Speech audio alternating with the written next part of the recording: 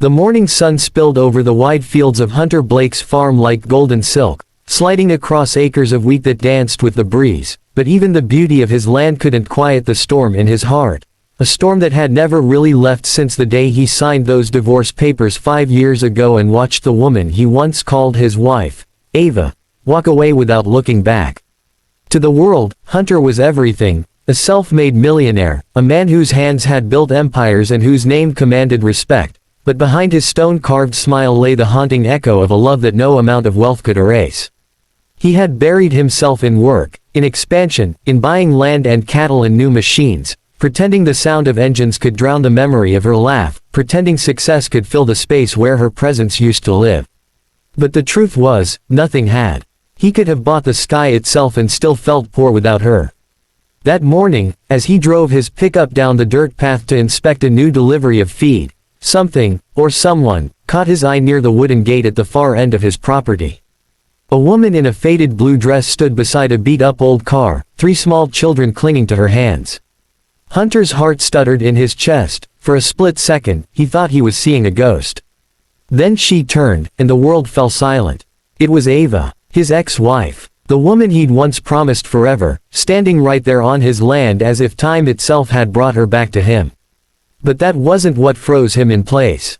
What stole his breath, what made his chest tighten like a fist, were the children, 3 of them, triplets, maybe 4 years old, all with the same storm-gray eyes he saw every morning in the mirror. His own eyes. For a moment, the earth seemed to tilt beneath his boots. He could barely breathe as he stepped out of the truck, every movement heavy with disbelief and memory. Ava didn't move. She looked thinner, her hair longer, her posture proud yet weary. Her hands trembled slightly as she pulled the children closer, and when she finally spoke, her voice cracked like fragile glass. "Hunter," she whispered, "I didn't come here for anything.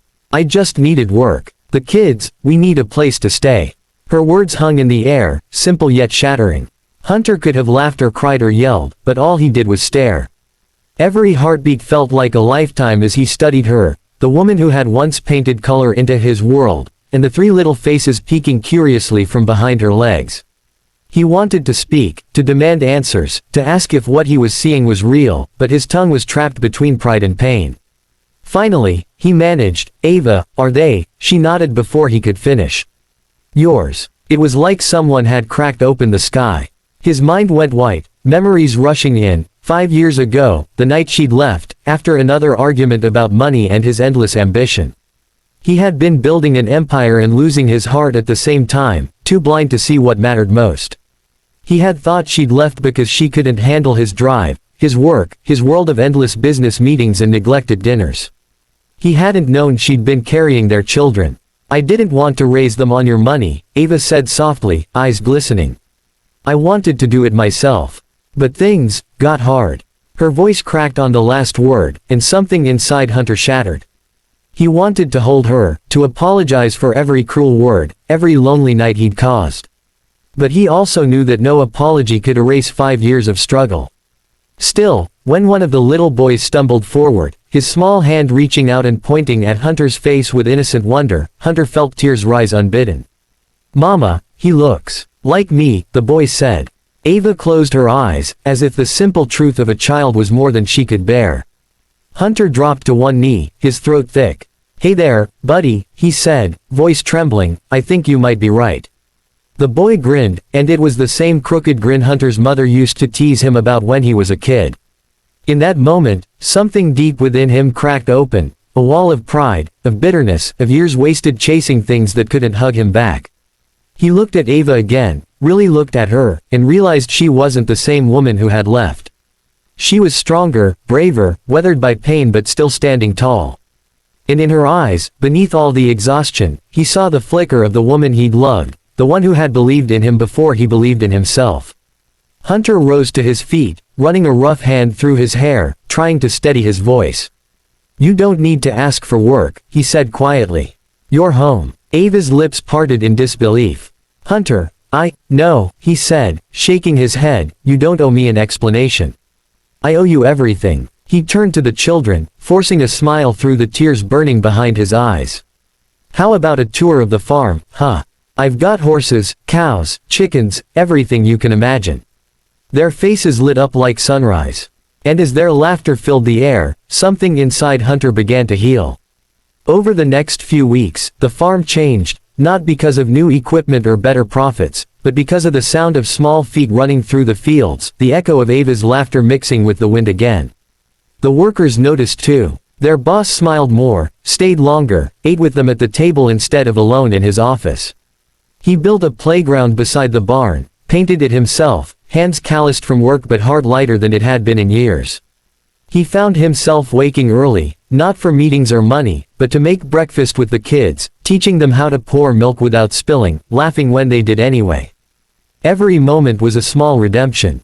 And one evening, as the sun dipped low and painted the sky orange, Ava found him sitting on the porch steps, his arms resting on his knees, watching the children chase fireflies. She stood quietly beside him for a long time before whispering, "You've changed." Hunter chuckled softly. "No," he said, "I'm just finally becoming the man you always thought I could be."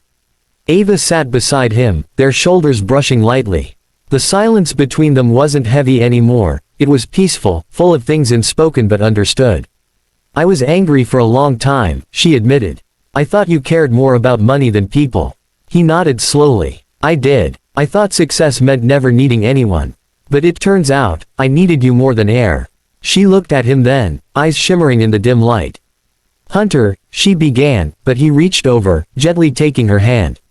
"Ava," he said softly, "I don't want to fix the past. I just want to build a future, one where the kids know what real love looks like." Her hand trembled in his, but she didn't pull away. And when one of the little girls, tiny curls bouncing, ran up and climbed onto Ava's lap, looking at Hunter with those same gray eyes, the moment felt whole. "Daddy, are you gonna stay this time?" she asked, her voice small but sure. Hunter's throat tightened. He leaned forward, brushing her hair back with a tenderness that came from years of missing what mattered. "I'm never leaving again, sweetheart. Never." And in that promise, whispered under a sky painted with fireflies and forgiveness, the past finally loosened its grip. The following months became a quiet miracle. Hunter turned part of his mansion into a schoolroom for the children, and every Saturday, he cooked pancakes shaped like hearts because the kids said they tasted better that way. He started donating portions of his wealth to single mothers in the community, saying it was the least he could do for the women who carried strength in silence. The news caught wind of it. Millionaire gives away fortune to help families, but Hunter didn't care about the headlines. What mattered were the small hands that reached for his each morning, the laughter that echoed through rooms that once only knew loneliness. On Christmas Eve, as snow fell gently across the fields, Ava stood by the window, watching him build a snowman with the triplets, his cheeks flushed with joy. For the first time in years, she smiled without fear. When he came inside, dusted with snow, she handed him a cup of cocoa, their fingers brushing. No words were needed. The look they shared said everything. That love, real love, doesn't die, it waits patiently for hearts to grow wise enough to hold it again. And as the children's laughter filled the warm house, Hunter knew he'd found something money could never buy: redemption, family, and the miracle of a second chance. In the quiet glow of that winter night, he realized the truth he'd been chasing all his life. Wealth isn't counted in dollars, but in the number of souls we hold close and never let go. And as he wrapped his arm around Ava, watching their children fall asleep by the fireplace, Hunter Blake finally understood that the greatest investment he'd ever make was love itself.